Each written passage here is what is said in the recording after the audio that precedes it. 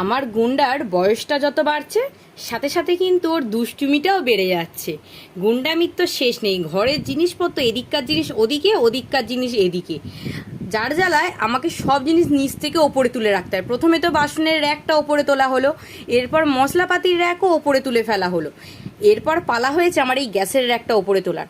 কারণ হচ্ছে সব সময়ও গ্যাসের সামনে বসে থাকে আর সবসময় আগুনে হাত দিয়ে দেয় অবস্থা। আর তার উপর তো আমি বসে বসে একদমই রান্না করতে পারি না, আগাগোড়া দাঁড়িয়ে দাঁড়িয়ে যেহেতু রান্না করে এসেছি, এখনও এরকম নিচু হয়ে রান্না করতে হয় তো খুব কোমরে যন্ত্রণা করে। অনেক দিন থেকেই ভাবছি যে গ্যাসের র্যাকটা ওপরে তুলবো, কিন্তু হয়ে আর উঠছে না সময়ের সাথে সাথে। এখন ফাইনালি ঠিক করা হয়েছে যে গ্যাসের র্যাকটা ওপরে তুলে নেওয়া হবে। এই দেখুন আমি রান্না করছি, সঙ্গে সঙ্গে উনি চলে এলেন, এসেই আগে গরম কড়ায় হাত দিয়ে দিতে যাবে। কতবার কত বড় বড় অ্যাক্সিডেন্ট হাত থেকে বাঁচিয়েছি জানো ওকে।